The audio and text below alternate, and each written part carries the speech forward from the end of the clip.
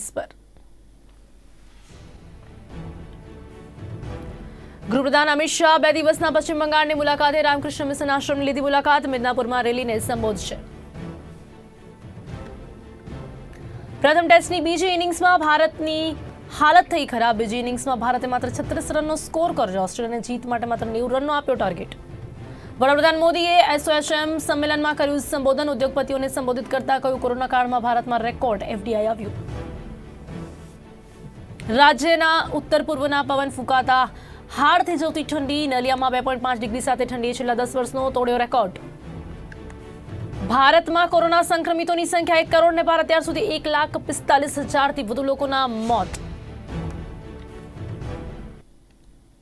વાત કરીએ વિગતવાર સમાચારોની તો તૃણમૂલ કોંગ્રેસ વચ્ચે ચાલી રહેલી ખેંચતાણ દરમિયાન અમિત શાહ કોલકાતા પહોંચી ગયા છે. 2 દિવસની મુલાકાતમાં તેઓ બંગાળમાં થનારી વિધાનસભા ચૂંટણીનું માળખું તૈયાર કરશે. પશ્ચિમ બંગાળની ચૂંટણીમાં ભાજપ કોઈ કસર છોડવા નથી માંગતું. અમિત શાહ મિદનાપુરમાં આજે રેલી કરવાના છે. ચૂંટણી સભા પહેલા ગૃહપ્રધાન શાહે રામકૃષ્ણ મિશન આશ્રમની મુલાકાત લીધી હતી અને સ્વામી વિવેકાનંદ અને તેમના ગુરુ રામકૃષ્ણ પરમહંસની પ્રતિમાને પુષ્પાંજલિ અર્પિત કરી હતી. અહીં નોંધનીય બાબત એ છે કે રાષ્ટ્રીય અધ્યક્ષ જેપી નડ્ડાને કોરોના પોઝિટિવ આવ્યા પછી અહીંનો ચૂંટણી મોરચો અમિત શાહ જાતે જ સંભાળી રહ્યા છે. આજે ગૃહપ્રધાન અમિત શાહ મિદનાપુરમાં રેલી સંબોધશે. એ પહેલા મુખ્યમંત્રી મમતા બેનર્જીથી નારાજ ટીએમસીના 9 ધારાસભ્યો અને 1 સાંસદ ભાજપમાં સામેલ થઈ શકે છે. તેમાં હાલ પાર્ટી છોડનાર તાકતવર નેતા શુભેન્દુ અધિકારી સિવાય ધારાસભ્ય શિલભદ્ર દત્તા સામેલ છે.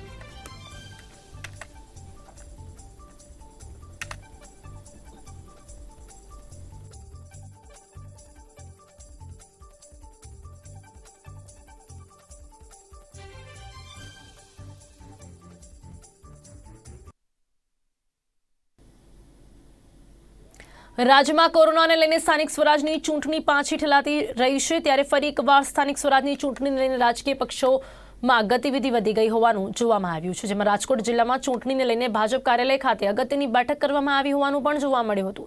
બેઠક જિલ્લાના પ્રભારી ભૂપેન્દ્રસિંહ ચુડાસમાના અધ્યક્ષસ્થાને મળી હતી. બેઠકમાં સંભવત ફેબ્રુઆરીમાં યોજાનાર ચૂંટણીને લઈને રણનીતિ ચર્ચા કરવામાં આવી હતી. તો બેઠકમાં સાંસદ અને ધારાસભ્ય સહિતના આગેવાનો ઉપસ્થિત રહ્યા હતા.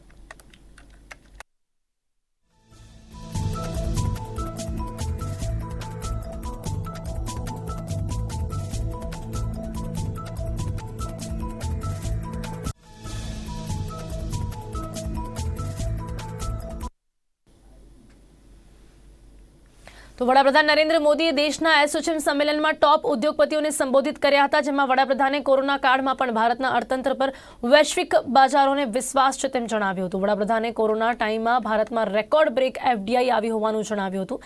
વધુમાં તેમણે કહ્યું હતું કે મેન્યુફેક્ચરિંગમાં ભારત આત્મનિર્ભર બને તે દિશામાં સરકાર કામ કરી રહી છે તેમ પણ જણાવ્યું હતું.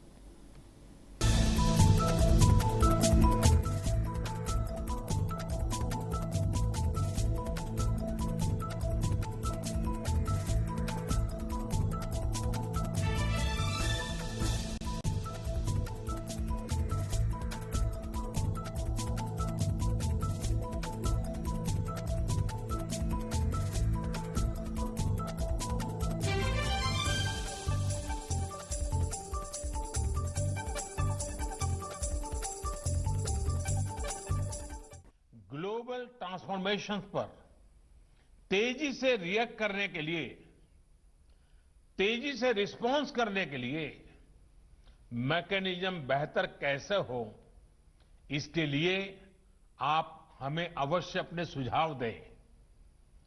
आपके सुझाव मेरे लिए बहुत मूल्यवान हैं. साथियों, भारत अपनी जरूरतों को पूरा करते हुए दुनिया की मदद करने में भी सक्षम है. फार्मर से लेकर के फार्मा तक भारत ने ये कर दिखाया है.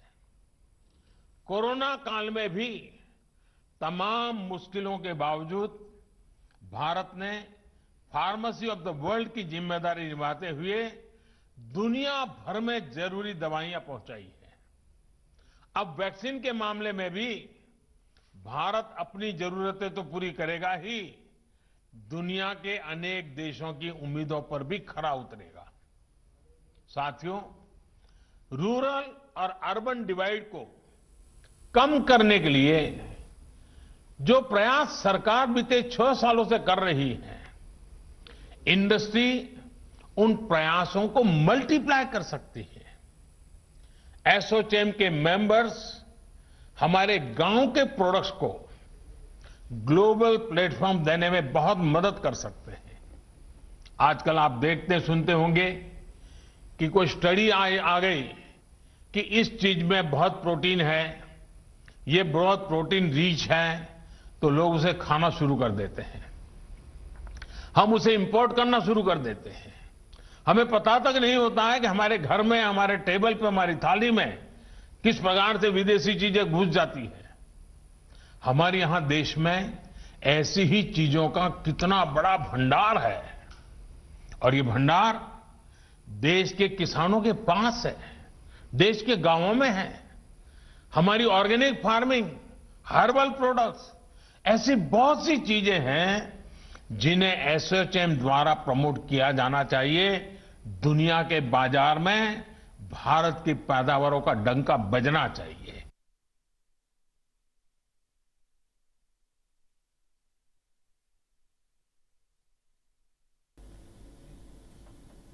જમ્મુ કાશ્મીરમાંથી આર્ટિકલ 370 અને 35A કલમો હટાવ્યા બાદ પ્રથમવાર ચૂંટણી પ્રક્રિયા હાથ ધરાઈ છે। જમ્મુ કાશ્મીરમાં ચાલી રહેલ ડીડીસીની ચૂંટણીનો આજે 8મો અંતિમ તબક્કો છે। આજે ડીડીસીની 28 સીટો પર મતદાન ચાલી રહ્યું છે। 28 સીટોમાંથી કાશ્મીર વિભાગમાં 13 અને જમ્મુ વિભાગની 15 સીટો પર મતદાન ચાલી રહ્યું છે। ડીડીસીની 28 સીટો પર 168 ઉમેદવારો मैदाનમાં છે। તમને જણાવી દઈએ કે 3 દિવસ બાદ 22મી ડિસેમ્બરના રોજ ડીડીસીની તમામ તબક્કાની ચૂંટણીની મતગણતરી હાથ ધરવામાં આવશે।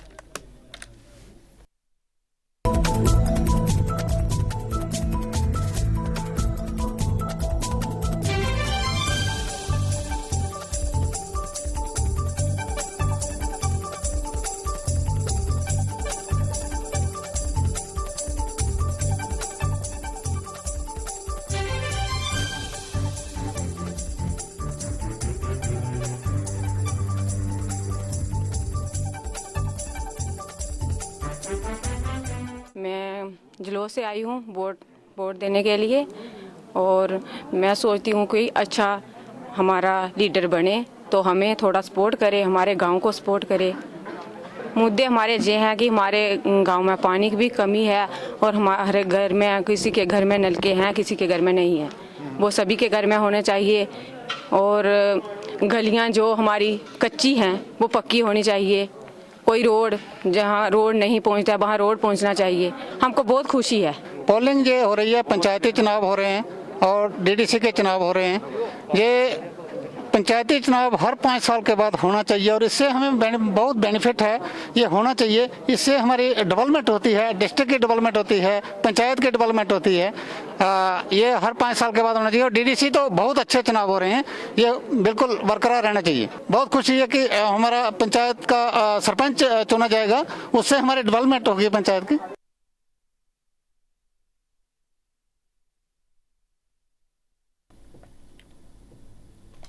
તો સુરતની નવી સિવિલ હોસ્પિટલના સફાઈ કર્મચારીઓને પગાર ચૂકવવામાં નથી આવ્યો, જેથી તેઓ હડતાળ ઉપર ઉતરી ગયા છે। કોવિડ મહામારી વચ્ચે સતત કામ કર્યા બાદ પણ આજે તેઓ પગારથી વંચિત છે।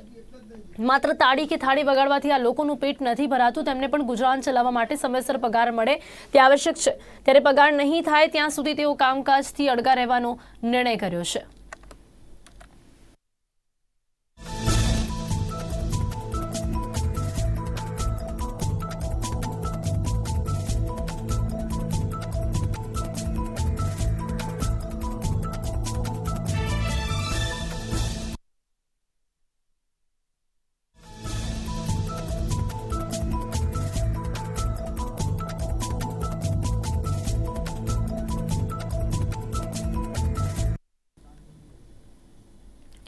તો સરકારમાં રાજ્યમાં નવા ફાયર સ્ટેશનો બનાવવાની વાતને લઈને ગુજરાતમાં 32 ઝોન નગરપાલિકાઓમાં કેટલાક નિયમો જાહેર કર્યા છે, જેમાં ફાયરમેનની નવી ભરતી તથા રાજપીપળામાં 21 જેટલા કર્મચારીઓ અને અધિકારીઓની ભરતી કરવા સાથે જૂના કર્મીઓને છૂટા કરવાની જાહેરાત બહાર પાડી છે। ત્યારે નગરપાલિકામાં વર્ષોથી નોકરી કરી રહેલા કર્મીઓમાં જાહેરાતને લઈને રોષ ભભૂકી ઉઠ્યો છે, જે અન્વયે ફાયર ફાઇટરોએ આ અંગેનું આવેદનપત્ર કલેક્ટરને સોંપ્યું હતું અને નવી ભરતી પ્રક્રિયા રદ કરવાની આવેદનપત્રમાં રજૂઆત કરી હતી।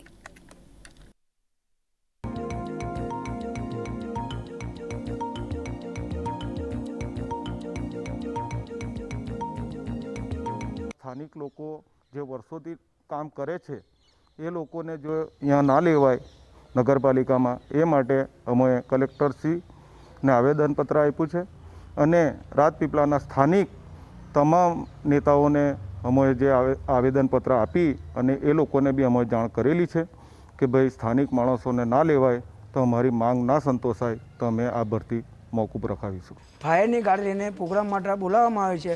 હવે જે તે ટાઈમે આ લોકોએ અમારી કામગીરી માટે બોલાવેલા હોય એ સમયે અમારી પાસે કોઈ જાતનો અભ્યાસ કે કોઈ જાતના લેખિત પુરાવા કંઈ માંગેલા નહીં હોય, પણ અમારી પાસે ઓછા વેતનમાં આ લોકોએ કામગીરી કરાવી હોય તો 3-4 દિવસ સુધી રાત્રિના દરમિયાન અમે કામ કર્યું. અમને ઓવર ટાઈમ બી નથી આપેલો ને આજ દિનમાં હમણાં જે રાજપીપળા નગરપાલિકામાં 21 જણની ભરતી કરવામાં આવે છે તેમાં અમારો કોઈ સમાવેશ કરતો નથી અને અમારી જો ખોટો અન્યાય કરે છે. જ્યારે પણ અડધી રાતે ચોમાસું હોય, કોઈ પણ આગનો બનાવ બન્યો હોય ત્યારે અમને તાત્કાલિક ઇમરજન્સીમાં બોલાવવામાં આવે છે ને અમે જઈએ છીએ, ત્યાં સ્થળ પર જઈને ફરજ બજાવીએ છીએ ને અમે પણ જોખમમાં બધું કરીએ છીએ અને અમે પણ અમારા શરીરને પણ નુકસાન થાય છે, પણ અમને કોઈ નગરપાલિકા કોઈ અમને વેતન આપતા નથી, અમને ખર્ચ પાણી કંઈ આપતા નથી.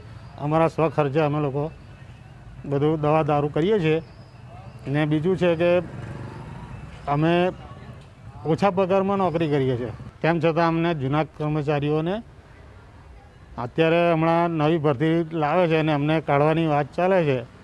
તો હળહળ તો અન્યાય કરે છે આ સરકાર, એનો અમે વિરોધ કરીએ છીએ.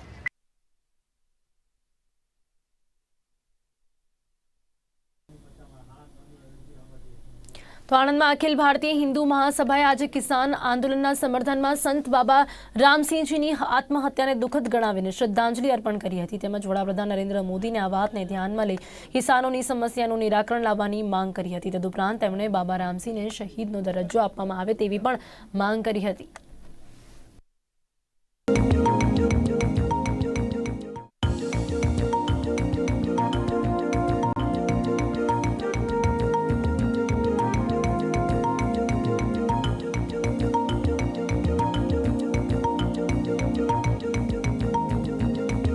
हर एक गांव में ग्राम सभा हो रही है भैया, हर एक चीज को विकेंद्रीकरण से काम कर रहे हैं जो एक अभिनंदनीय है.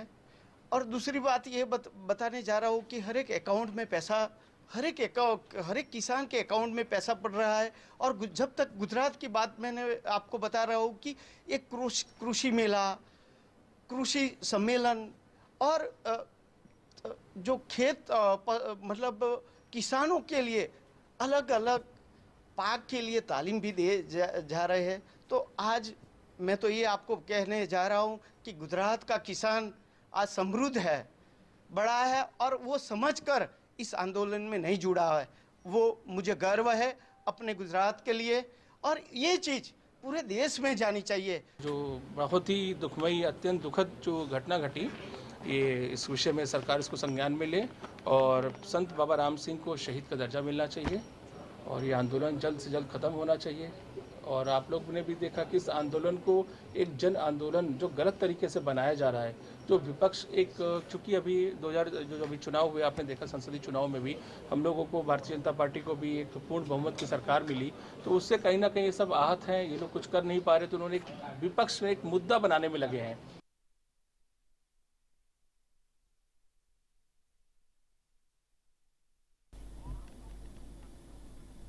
તો ભારતમાં કોરોના રોગની એન્ટ્રીને 1 વર્ષ પૂર્ણ થવા આવ્યું છે, ત્યારે આજે ભારતમાં કોરોના કેસ 1 કરોડને પાર પહોંચી ગયા છે. 30મી જાન્યુઆરીના રોજ કેરળમાં પ્રથમ કેસ નોંધાયા બાદ આજે 324 દિવસ પછી દેશમાં કોરોના કેસનો આંક 1 કરોડને પાર કરી ગયો છે.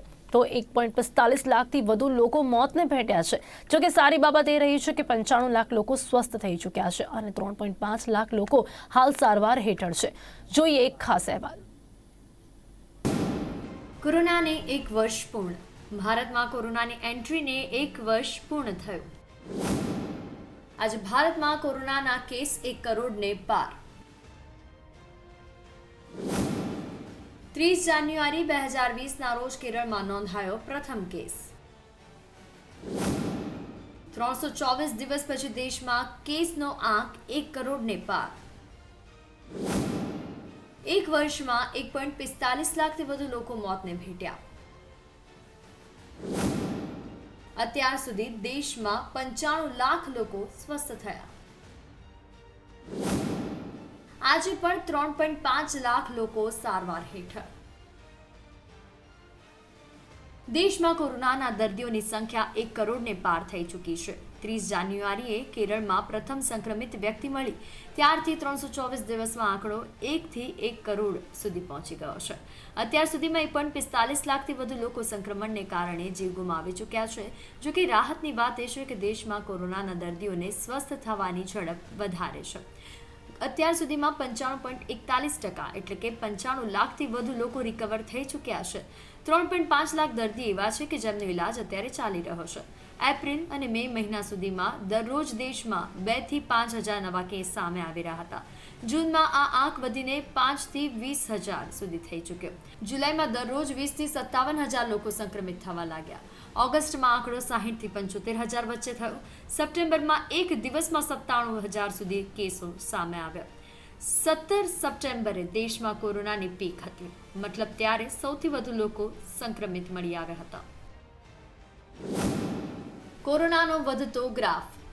એપ્રિલ અને મે માં રોજના 2 થી 5 હજાર નવા કેસ સામે આવ્યા. જૂનમાં આ કેસનો આંક વધીને 5 થી 20 હજાર થયો. જુલાઈમાં દરરોજ 20 થી 57 હજાર લોકો સંક્રમિત થયા. ઓગસ્ટમાં કોરોનાનો આંક 60 થી 75 હજાર વચ્ચે થયો. સપ્ટેમ્બર મહિનામાં કોરોનાના કેસમાં પીક આવી. 17 સપ્ટેમ્બરના દિવસે સૌથી વધુ લોકો સંક્રમિત મળ્યા. 30 જાન્યુઆરીએ ચીનના વુહાન શહેરથી આવેલી 20 વર્ષની મહિલા કોરોના સંક્રમિત મળી આવી. આ દેશનો પ્રથમ કેસ હતો. 3 ફેબ્રુઆરી સુધી કેરળમાં જ 3 નવા કેસ આવી ચૂક્યા હતા. આ તમામ લોકો વિદેશ યાત્રાથી પરત આવ્યા હતા. 3 માર્ચ સુધી દેશમાં કુલ 6 કેસ રિપોર્ટ થયા હતા. 4 માર્ચે ઇટાલીના એક ટુરિસ્ટ ગ્રુપના 14 સભ્યોનો રિપોર્ટ પોઝિટિવ આવ્યો. 12 માર્ચે સાઉદી અરેબિયાથી પરત આવેલા 76 વર્ષના એક કોરોનાના દર્દીનું મોત થયું. સંક્રમણથી દેશમાં પ્રથમ મોત હતું. 22 માર્ચે વડાપ્રધાન નરેન્દ્ર મોદીએ જનતા કર્ફ્યુનું આહવાન કર્યું. 24 માર્ચે વડાપ્રધાને 21 દિવસ માટે લોકડાઉન જાહેર કર્યું. આ લોકડાઉન 25 માર્ચથી લાગુ થયું. 14 એપ્રિલથી આ લોકડાઉન 3 મે સુધી વધારી દેવાયું. એના પછી વધુ 2 વખત વધારવામાં આવ્યો. 3 મે થી 17 મે અને પછી 17 મે થી 31 મે સુધી લોકડાઉન વધ્યું. 1 જૂનથી લોકડાઉનમાં છૂટ મળવાની શરૂઆત થઈ અને અત્યાર સુધીમાં સમગ્ર દેશ લગભગ સંપૂર્ણપણે ખુલી ચૂક્યો છે. લોકડાઉનથી છૂટ મળવાની સાથે જ કોરોનાની ઝડપ વધી. 25 માર્ચથી 31 મે સુધી દેશમાં 1.98 લાખ સંક્રમિત મળી આવ્યા હતા. લોકડાઉનમાંથી છૂટ મળતા જ કોરોનાની ઝડપ પણ વધી ગઈ. 725%થી વધુ ઝડપની નવા કેસ આવવા લાગ્યા. 16 જુલાઈ સુધીમાં સંક્રમિતોની સંખ્યા 10 લાખ થઈ ગઈ. તેના આગામી 21 દિવસમાં 10 લાખથી 20 લાખ દર્દી વધી ગયા હતા. સૌથી ઝડપી 40 થી 50 લાખ કેસ થવામાં માત્ર 11 દિવસ લાગ્યા. 11 શહેરમાં 27% કોરોનાના દર્દીઓ નોંધાયા હતા. સંક્રમણની સૌથી વધુ અસર રાજધાની દિલ્હી, મુંબઈ સહિત 11 શહેરમાં છે. દેશમાં અત્યાર સુધીમાં 16 કરોડ લોકોની તપાસ થઈ ચૂકી છે. અર્થાત દેશની 11% વસ્તીનો ટેસ્ટ થઈ ચૂક્યો છે.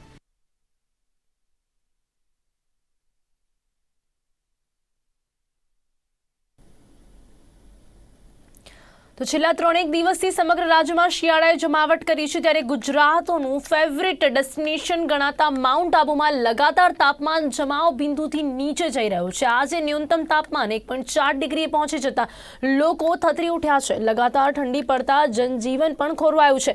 ઘણી જગ્યાઓ પર તો બરફ જામેલો જોવા મળી રહ્યો છે. તો આ બાજુ માઉન્ટ આબુ ફરવા આવેલા ટુરિસ્ટોએ પણ હોટલમાં રહેવું પડ્યું હતું. આગામી દિવસોમાં માઉન્ટ આબુમાં ઠંડીનો પ્રકોપ યથાવત જોવા મળશે એવી હવામાન વિભાગે આગાહી કરી છે.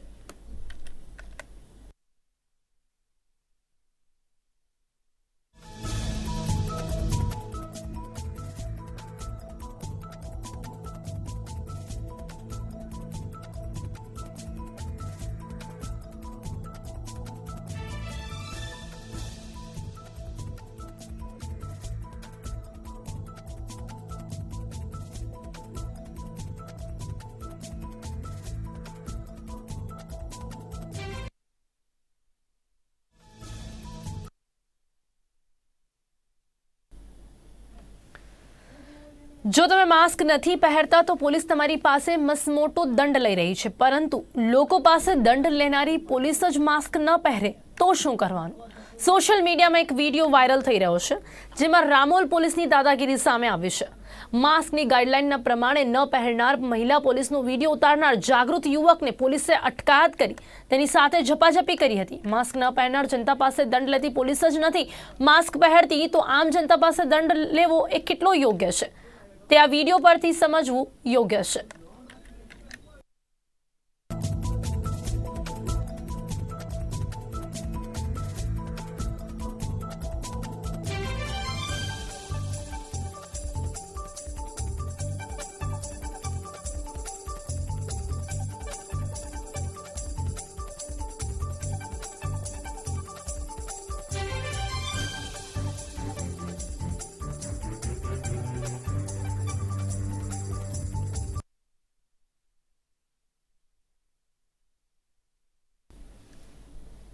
તો કોરોના કાળ દરમિયાન ગુજરાતમાં ફરી ચૂંટણીને લઈને રાજકીય માહોલ ગરમાયો છે. હાલ રાજ્યમાં સ્થાનિક સ્વરાજ્યની ચૂંટણીને લઈને ભાજપ કોંગ્રેસ દ્વારા એડી ચોટીનું જોર લગાવવાનું શરૂ કરી દીધું છે. હાલ બંને પક્ષ દ્વારા ઉમેદવારોની પસંદગી માટે પ્રક્રિયા તેજ થઈ ગઈ છે, જેને લઈને ભાજપ પ્રદેશ પ્રમુખ CR પાટીલ 2 દિવસની વડોદરાની મુલાકાતે છે.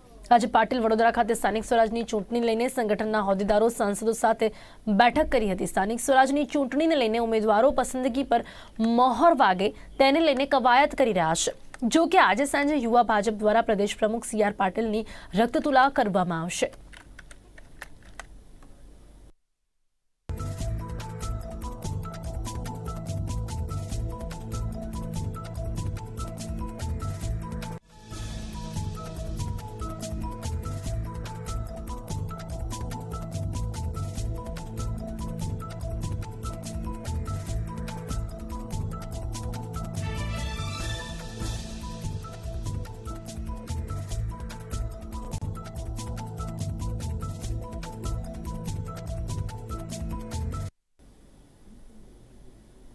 રાજ્યમાં ઉત્તર પૂર્વના પવન ફૂંકાવાથી હાડ થીજવતી ઠંડીનો અનુભવ થઈ રહ્યો છે. ત્યારે નલિયામાં 2.5 ડિગ્રી સાથે ડિસેમ્બર માસમાં 10 વર્ષની રેકોર્ડ ઠંડી નોંધાઈ હતી. છેલ્લા 10 વર્ષમાં નલિયામાં સરેરાશ લઘુત્તમ તાપમાનનો પારો 3 ડિગ્રીથી નીચે ગગડ્યો હોય તેવું 2013-2015 બાદ માત્ર ત્રીજી વાર બન્યું છે. નલિયા ઉપરાંત 12 શહેરમાં લઘુત્તમ તાપમાન 13 ડિગ્રીથી નીચે રહ્યું હતું, જેમાં કંડલા, ડીસા, રાજકોટ, ભુજ, અમરેલી, ગાંધીનગરનો સમાવેશ થાય છે. હવામાન વિભાગના મતે આગામી 48 કલાકમાં લઘુત્તમ તાપમાનમાં ફેરફાર થવાની સંભાવના નહીવત છે. આ પછી 2-4 ડિગ્રી સુધી તાપમાનમાં ઘટાડો નોંધાઈ શકે છે. રાજ્યમાં હજુ 2 દિવસ કોલ્ડ વેવની સ્થિતિ રહેશે અને કડકડતી ઠંડીનો અનુભવ થશે. અમદાવાદમાં 13.6 ડિગ્રી સાથે સરેરાશ લઘુત્તમ તાપમાન સામાન્ય કરતાં 0.1 ડિગ્રીનો ઘટાડો નોંધાયો હતો. અમદાવાદમાં રાત્રિના તેમજ વહેલી સવારે કડકડતી ઠંડીનો અનુભવ થઈ રહ્યો છે.